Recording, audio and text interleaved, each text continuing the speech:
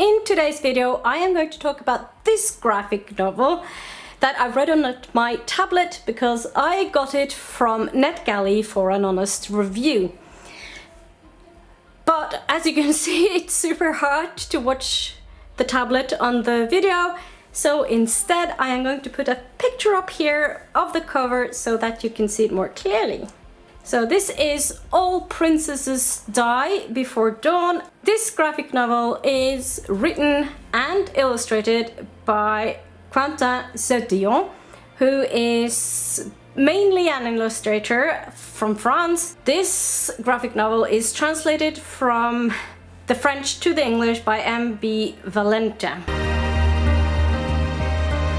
This is actually called a slice of life graphic novel, and I think that means that you can get a little glimpse into someone's life through a graphic novel.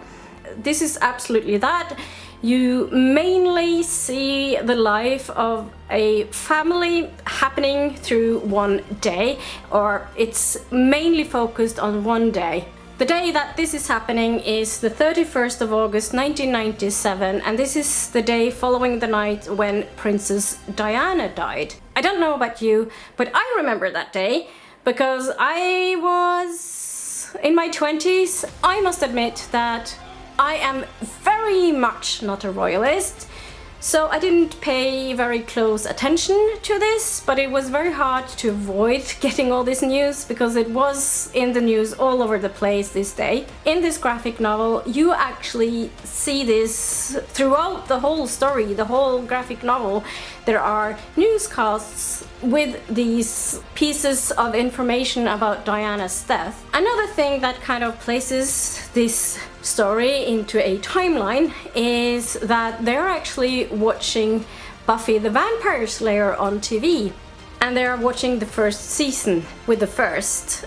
This was actually kind of a little bit of a bonus for me because I was a huge Buffy the Vampire Slayer at that time and watched it and loved it, so I remember watching Buffy the Vampire Slayer. This story focuses mainly on three of the family members of this family. You have the little brother Lulu. He's 8 years old, and in the beginning of the story he is hiding away in the bathroom and he's putting on lipstick, and also a little later you can see him playing with dolls. So these are little hints that there is something about this little brother. You shortly after also kind of realizes that he actually dreams about kissing the boy who lives next door. So then you kind of realizes, okay, so he is probably gay. And then you have the teenage sister, Cam. She has a much older boyfriend who visits her at night, and she hides this from her parents, especially her mom, I guess, by blasting out summer hits from her room. And then you have the mom, who is in the kitchen in the morning and waiting for the dad who didn't come home last night, and I guess she's trying to hide that from her kids, that he was away and she didn't know where he was. She excuses him and kind of hides from the kids that he's probably somewhere with someone else by saying that, oh, your dad was like out working late again. So here you have three separate love stories, I guess. They are all three struggling in their way to figure out this whole love thing. And this is portrayed in this day where there are a lot of things happening. You will then understand that this day would actually be a day in their life that not only did like Princess Diana die, but there is something happening that changes how things will be for them as a family in the future. So that's basically what is happening. The thing that I like the most about this graphic novel is the illustrations, I think. They are very soft, though you do have some moments in the story that are a little bit dramatic in a way, and that is illustrated by using a lot darker colors, because throughout the story you have all these soft illustrations with pastel colors, and then you have these more dramatic moments where it's harder illustrations and the much darker colors, and an example of that is that Lulu and the neighbor boy, they are playing in their imagination. There is a big storm coming. It's very dramatic in their game, and that is with much darker colors. The main reason for me to pick up this graphic novel was that I really enjoy graphic novels, and I love Heartstopper. For example, Heartstopper is probably my favorite graphic novel. I love it to bits.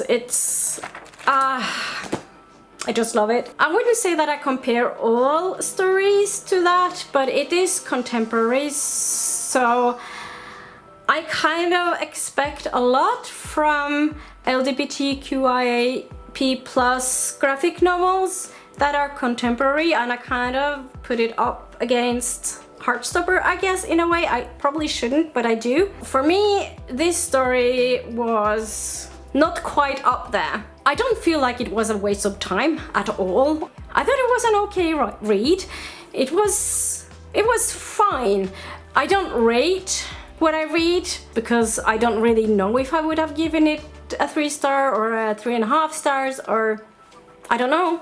But it was like an okay read. I think that if you're a graphic novel lover, you would probably think it's fine. And if you need something to read, of course, go ahead, read it. But it's not something I'm going to read over again. It's not a reread like Heartstopper, which I read over and over again. Before you go, I would love to hear if you have read All Princesses Die Before Dawn.